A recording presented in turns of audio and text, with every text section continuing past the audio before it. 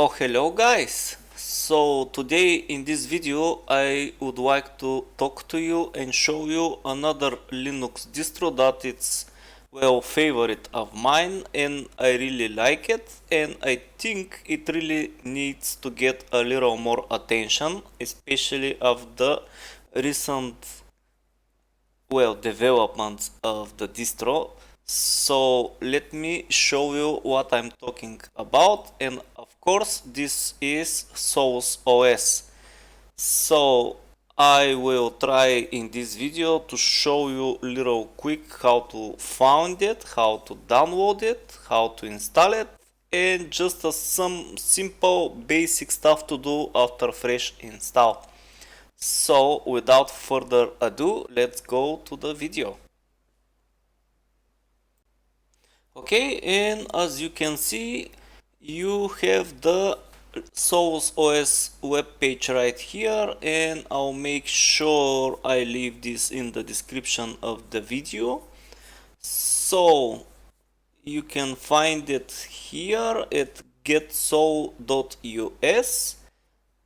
You have a little information and introduction to this distro, what is designed for, what it's coming with, installed out of the box. You can read about a little more what's for developers, what's for home office or whatever. You have forums if you run into a trouble, and it's pretty active, and you of course always can find help. The developers and the maintainers of this distro are very nice guys and girls.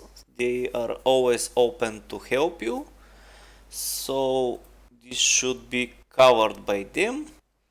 What's different for this distro than any other you've seen or you've heard? Well, you gotta try it and you know what I really like about it. But the most basic thing that is different about this distro, well, it's not based on any other distro like majority of the Linuxes nowadays. It's written entirely by the persons and the developers that they founded. They used some packages from here and there, but it's mainly clean GNU Linux, if I may say that, of course. So they had a lot of troubles and problems in the beginning of this year. They was so close to discontinue the project, and a lot of people just pronounced it dead few months ago, but fortunately they are back, more alive than ever, so you should not worry about it. Some of the guys that are the original developers and founders of the distro, like Ike Dougherty and Joshua Strobel, are back, and they just put a lot of effort to bring it back, which is always nice to hear for especially people like me that really like this distro. But anyway, so where you can download it, well, as you can see, here is the download button. They come with 4 different flavors. The Solus Budgie is the flagship, as they call it. This is their own desktop environment that they developed in-house. They also come with the GNOME, Mate and Plasma. Just you can click download here if you have a really stable and fast internet. If you have some limitation about the internet, just go through the torrent and download it this way. I have already downloaded, and now I just want to show you a little quick how to install it. I'm gonna use a virtual machine for this because obviously I already installed it. So let's get to the installation little quick.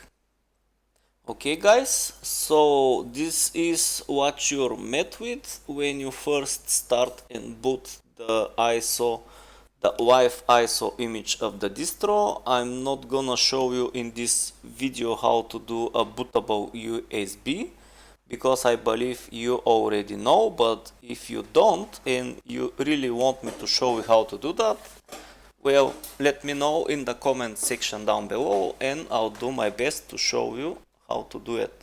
So, without further introduction, let's get and install this distro. As you can see, you have a icon that says install OS, obviously.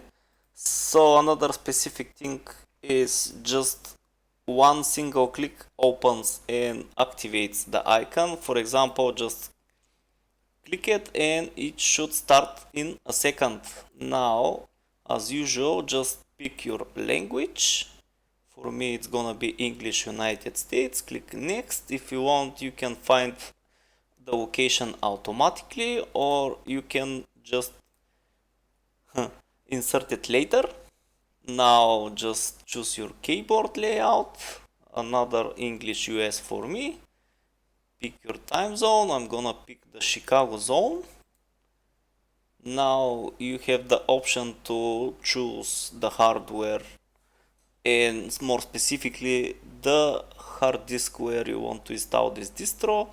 And another disclaimer, another warning, before you start installing it, please make sure that you have backed up all your data on this disk, because once you start installing it, everything is going to be removed and deleted. You can no longer, well, retrieve it, if I may say. So the disk, as I said, I'm using a virtual machine, so this disk is correct for me. I'll choose the automatically partition the empty disk. If you are more advanced user and you already know how and why you want to assign different mount points, you can use the other options, but for more mediocre or more new user to Linux, I strongly recommend the automatically partitioning the disk. So let's go to next. If you want, you can use the LVM. I'm not gonna do that.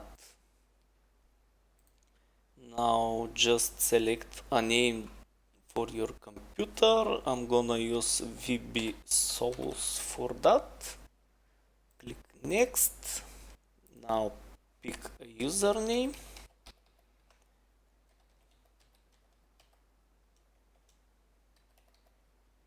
And strong and complicated password for the user and the sudo. And as you can see, this distro is one of the distros that does not let you use a small and easy password like I try to do here. It needs to be at least 6 characters. So let's do that. Now everything is okay. The user is created. Click next.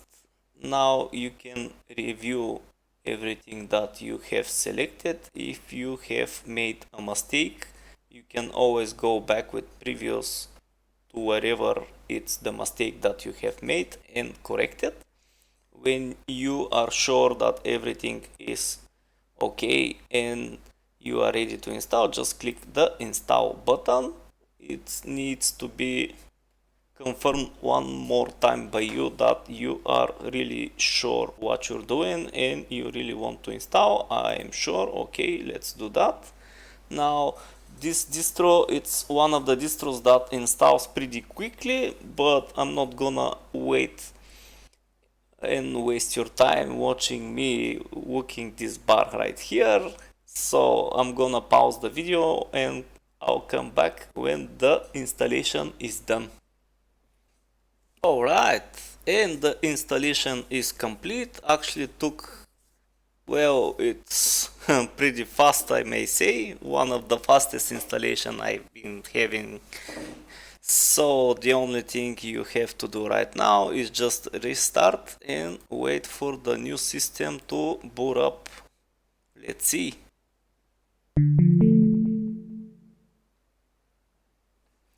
Alright, congratulations! Now you have the brand new install of Solus OS. Now the fun begins. So as you can see already the pop-up here, the very first thing I like to do after fresh install of Solus is of course get the new updates. And it's made pretty easy. Just click here, open the software center, wait a little bit for the updates to come up, and you can take a look all of these updates that needs to be done. You can take a look at everything that needs to be updated. You can approve it or not. You can choose to update it now or wait a little bit. It's up to you. But I really like to update all the selected. So click here and the update should start pretty soon. Once more, just click install. Put down your password and wait for all the updates to finish. As you can see, there is a lot of them, like 375. That's pretty normal. You don't even have to use the terminal, which is always good for new users, but if you still want to use the terminal, just and search for terminal. That's the easiest way I found. Basically, if you want to do the update from the terminal, just go to sudo eopkg update, click enter. It's not going to be possible right now because I am already updating through the software center, but that's basically what you do. Oops, if I type correctly, of course. Let's try that again. And as you can see, it terminated because that's interesting. Let's go with update. Yeah, that's what I mean. Another instance of the package manager it's running. That's because we are running the software center. So you should wait for the updates to finish and we will come back after that is done with the next thing I recommend you to do. And the updates are finally done. Now I would really recommend you, especially after so many updates, just restart your machine. That's what I'm going to do, and I'll see you in a bit after the restart is done. And we are back after the restart. Now we have a fresh and really updated system. This is the latest and greatest you can get on Solus. So the next thing in what I would really recommend you to do is of course install all the available drivers for your system. How you do that? Just go to the menu and search for the driver manager. What's happening today? Driver, I said. And here you can see it, hardware drivers. Just click on it. And as I said, I am on a virtual machine, so it's okay that there is no drivers found. I'll show you on my real hardware machine. Okay, and we are on my install on my desktop PC. Let's do the same thing. Look for the drivers, the hardware drivers, and as you can see I have NVIDIA drivers on my system that I have already installed. Now this is pretty important. I have the 32-bit driver that it's required to be installed, I would strongly recommend you, if you have similar or the same thing, just click and install both of them. And the only thing that you have to do is just click install and wait for the installation to finish. Well, I have NVIDIA, you may as well have NVIDIA driver as me, or you may have a completely different setup and hardware. That's okay. Just open it and do the same thing. See what the driver manager can find for drivers for you and just install them. Once the drivers are installed, I would really recommend you to do the restart once more.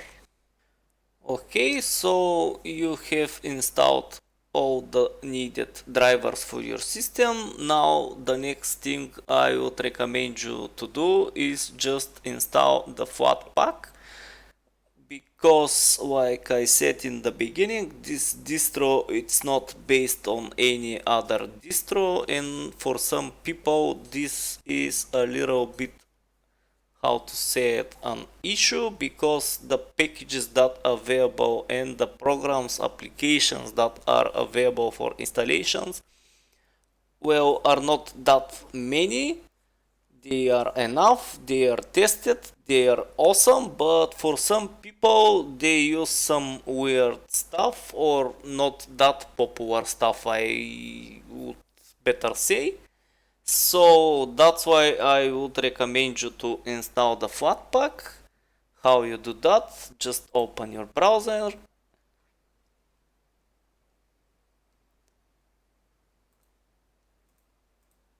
search for Flatpak or FlatHub. The FlatHub it's better. Okay, if you have search for FlatHub, it should be the first search result. Just click on it. Now you have this button setup Flathub, just click on it and found where Solus OS is. It should be right here. There you go. All you have to do is just copy and paste the commands shown here. Just open terminal and start copying and pasting. Pretty easy. It should not take too long. As you can see, they are already installed, but that's okay.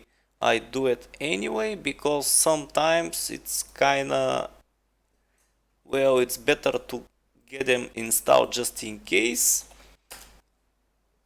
Okay, needs to do the password one more time, and you can or you cannot restart. I would recommend you to restart. So, well, that's how to install Flathub. It's pretty easy. Why I want you to install it, or why I actually recommend you to install it, this it's up to you. But there is so much more software available immediately to you, and it's the latest and greatest version, because, well, Flatpak it's now one of the most popular package systems in Linux, and the maintainers prefer it instead of individually package, let's say, a program for Ubuntu or for Fedora or for OpenSUSE. That's why you have Flatpak. There's another one, but I like to use that one. Okay, so anyway, the next thing I would recommend you to do is just start installing the software that you need. Basically, you have out of the box installed mostly most of the users that what they gonna need to use. But if you have some specific hardware that you would like to have and use, now just start installing it. How you do that here?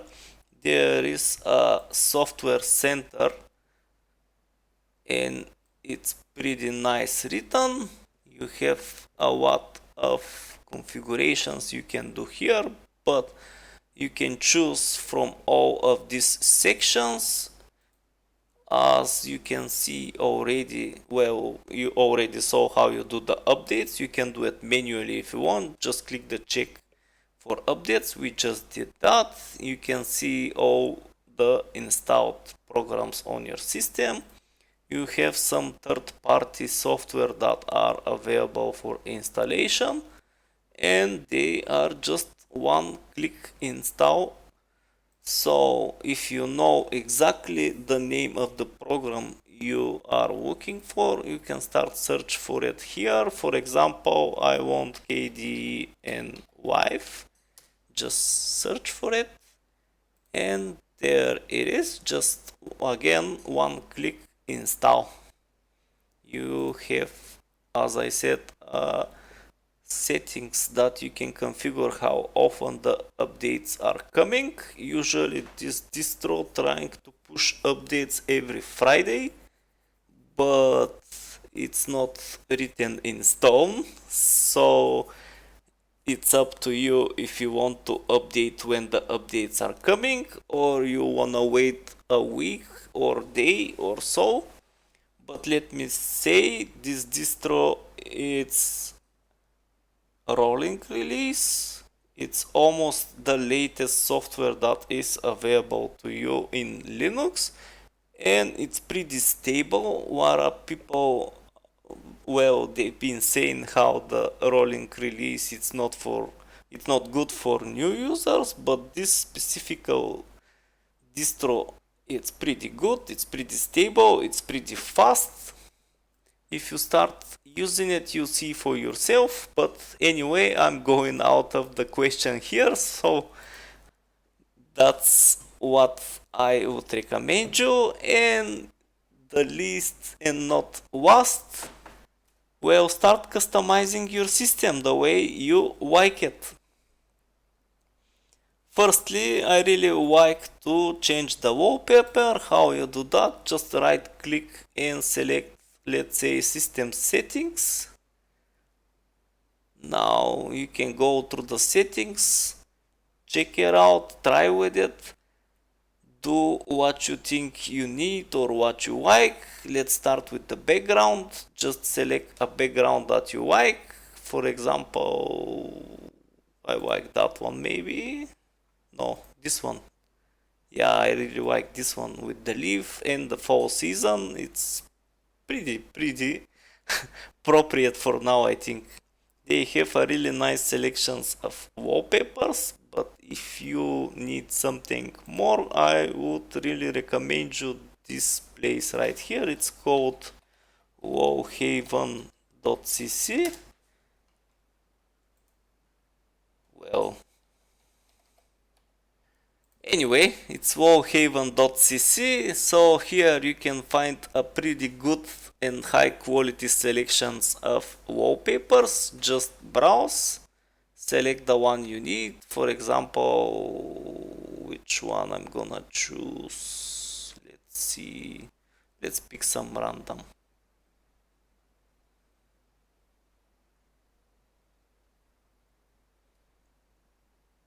Let's see what I like.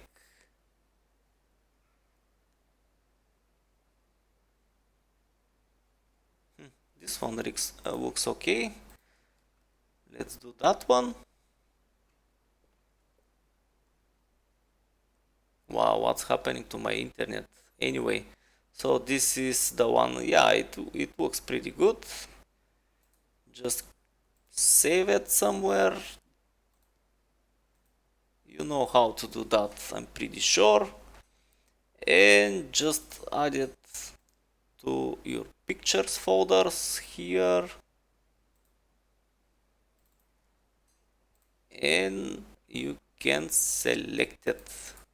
You have a lot more options for settings and tweaking your system here. You can check it out, do what you like. The other specific for this desktop environment and this distro is this budgie desktop settings. You can again find it when you right click on the desktop, or you can just search for settings on the menu. This is the budgie control center, they call it. Well, not that one, come on. Budgie desktop settings, it's the correct one. So now you have the options of installing your own theme, your own icons, your cursors. You can select where the notifications pop up. A lot more stuff you can tweak here. For example, I don't like to have icons on my desktop. I'm gonna just turn them off. You have some other options. You can change the fonts, the Raven menu. This is another specific thing for this desktop environment. When you click here on the bottom, you have this menu that it's called Raven. You have some more information that pops up here. You have the notification bar, the notification tab here. So you have a lot of options to customize your system. Let's go to the panels. I really like to go with the top panel. This is how I use it. This is how I'm used to it. And I like it to be a little bit bigger. I like to have some dynamic transparency. Well, you see the point. You can do whatever you want with your system. This is the freedom of Linux. Nobody can tell you what to do. Nobody can tell you how to use your system. There is a lot of people with a lot of opinions. I would not listen to them and do what you like. This is one of the reasons why I really like Linux. But anyway, this is going to be the end for this video because I don't want to be too long, but it's already past, I don't know, 15-minute mark or something. But anyway, I hope I did not bore you with anything. I hope you find this video informational and, well, positive for this distro. Well, that's all from me from today, and I hope you like the video. I hope you find it informational and interesting enough, because this distro, it's amazing. If you decide to start using it, install it and start using it, you will see what I mean and why I really like it. I think I'm gonna leave it for now. I'm gonna use it for a little longer. Don't worry, I still love my OpenSUSE. This is another distro that I want you to know about, and I want you to try and see what you think about it. But anyway, enough gibberish. I'm gonna leave you now. If you have any suggestions, any thoughts, just leave them down in the comments. I promise I read every single one of them. It's not that many, well, of course. But anyway, I'll see you in the next one, guys. Bye.